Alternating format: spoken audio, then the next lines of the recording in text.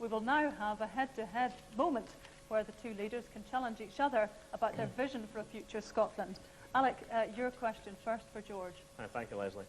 George, I don't know if you managed to see the On the Record programme today, where, but just in case you didn't, I brought along some quotes from Jack Straw, who's the Shadow Home Secretary. He was talking about devolution for Scotland. He said, you would not be transferring sovereignty. Power devolved is power retained. The Westminster Parliament would remain sovereign.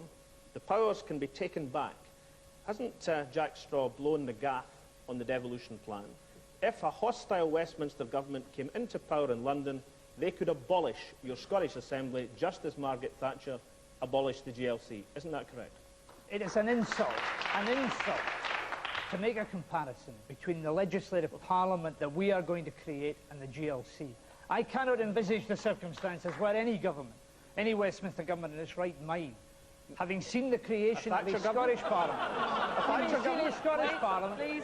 in existence and popular, is going to wipe that away. You know, and everybody else knows, that in this country there is no written constitution. There is the risk inherent in the constitution that the government can abolish elections, can prolong its own life, but the reason it doesn't use these draconian powers is because of the force and the power of public opinion. The reality is we are going to create an institution which will be entrenched in the Scottish people through the work that it does and the connection it has with the Scottish people, and nobody is going to dare take it away. And just let me remind you like that, Margaret Thatcher. Just a minute, Councillor Jim Mitchell, he's your local government spokesman, isn't he, Alex? He isn't, the SNP, but never mind, SNP, very vocal, very prominent SNP councillor, member of your National Executive Committee, said but not a local government that our devolved parliament would probably last for hundreds of years. Councillor Brian Meek, one of the last remaining elected Tories in Scotland, said once the Scottish Parliament was set up, it would never be abolished even by the Tories. Now, there's two people who see the common sense of the view that we're putting forward. So the entrenchment for a Scottish Parliament depends on the view of Councillor Brian Meek. Are you actually saying that... What about Jim Mitchell? What about Jim Mitchell?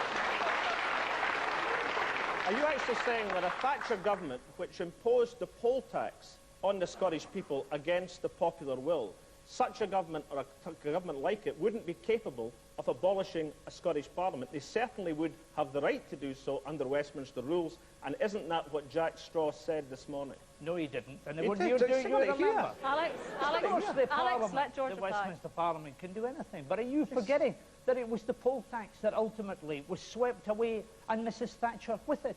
There was a number of things that Mrs Thatcher could and might have done and didn't do, but the fact is that she would not and could not, and neither could anybody else, sweep away a legislative parliament sitting in Scotland that had, at its very roots, the power of the Scottish people. George, a question for Alex, please. Well, Alec, your party supports a separate currency. So why is it that ordinary Scots should have to change their money when they go across the border for a holiday to Blackpool, as they would, or to shop at the Gateshead Metro Centre? You told me in a letter that you sent me that this would be a minor inconvenience.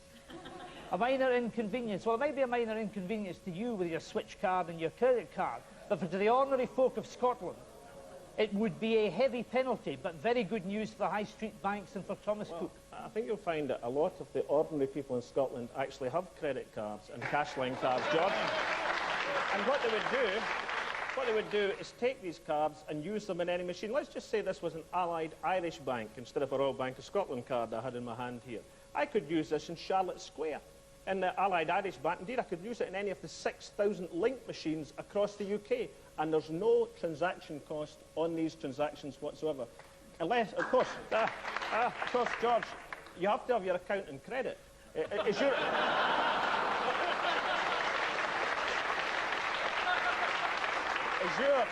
account in credit?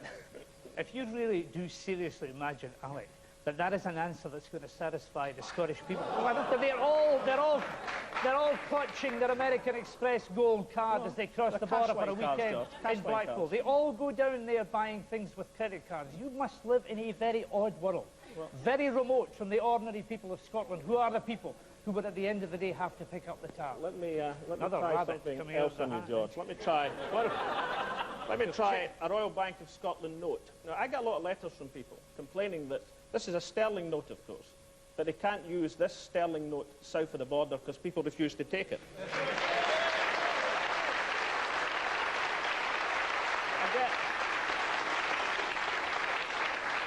I get even more letters from people who try to change this in international transactions and find they're offered a lower rate of exchange than from other sterling notes. Now, if Scotland has an independent currency, at least we'll have a first-class currency like everyone else and not second-class sterling as we have this now. Well, now,